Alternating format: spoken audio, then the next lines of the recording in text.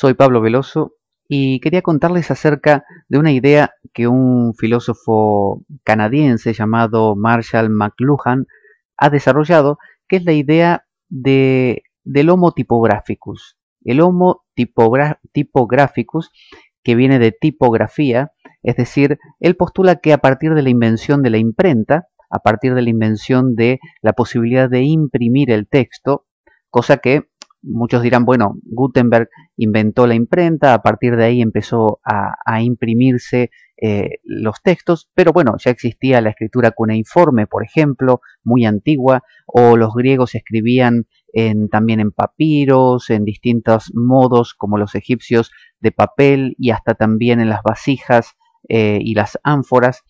Sin embargo, en esa época, esa escritura era algo completamente secundario, no tenía un valor similar al que tienen nuestros libros hoy en día. A partir de Gutenberg, a partir de la imprenta, esto cobró una dimensión colosal y la gente empezó a leer y a ver la vida escrita. Hasta ese momento era propio de, no sé, de los anales de la historia, es decir, para poder como registrar algunas cosas, pero solo tenían acceso a algunas personas. Bueno, a partir de Gutenberg se volvió masivo. Y entramos en un mundo, dice Marshall McLuhan, visual. Es decir, hasta ese momento el mundo era oral, era auditivo. Se utilizaba la memoria, las escrituras, si podía decirse así, eran aforismos, eran versos cortos que podían memorizarse.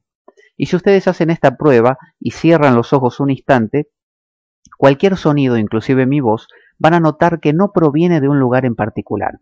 El sonido, ustedes oyen una bocina de un coche, pueden oír un timbre, pueden oír un, no sé, sonido ambiental, un perro ladrando, y el sonido no es que nace de un lugar, ¿no? Por ejemplo, uno dice, ah, bueno, aquí se gestó el sonido, surgió y ahora desapareció, se acabó y fue a tal lugar. No, eso lo podemos decir solamente de lo visual, que podemos ver un perro que aparece de un lado de la imagen, de nuestro campo visual, y se pierde en la lejanía por allá lejos.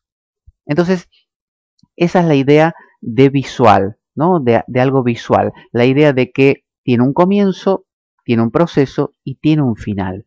Entonces, el mundo visual es un mundo como el escrito, donde escribimos de izquierda a derecha, que es nuestra manera occidental, por eso pensamos que el futuro para nosotros siempre está a la derecha, y al mismo tiempo usamos signos de puntuación, comas, puntos, divisiones de párrafos, como el punto y aparte, y eso nos permite estructurar la realidad en fragmentos, este párrafo y este párrafo. Y inclusive vengo leyendo y puedo regresar atrás, cosa que en lo auditivo no se puede. Si yo estoy escuchando a un orador que está hablando, lo que dijo se perdió para siempre. Y si estoy escuchando una sinfonía, lo que acaba de pasar, el acorde que acaba de tocarse, no regresa. Pero en lo visual, en lo tipográfico, sí, yo puedo volver atrás y ver lo que se escribió, lo que estaba escrito en la hoja anterior.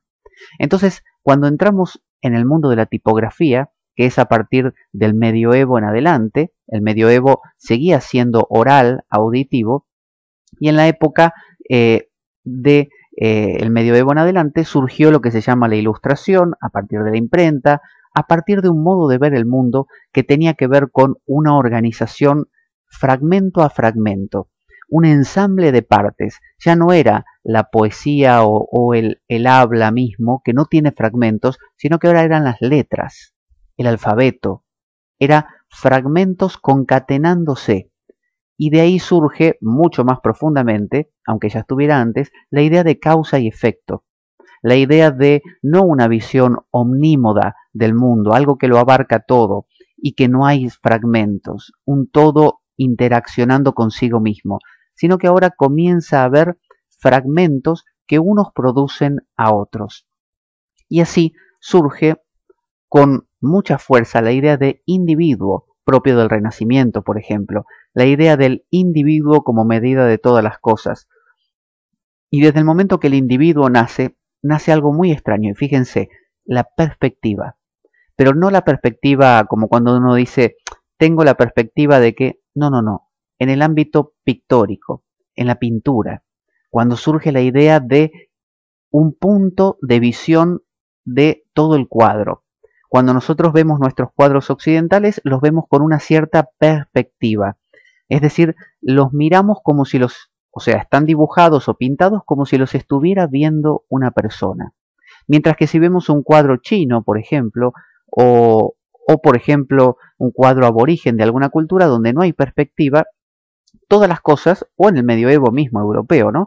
Todas las cosas se presentan en el mismo plano. No lo estamos mirando desde un solo punto, sino que es una visión que no tiene punto, sino que es solamente una estampa.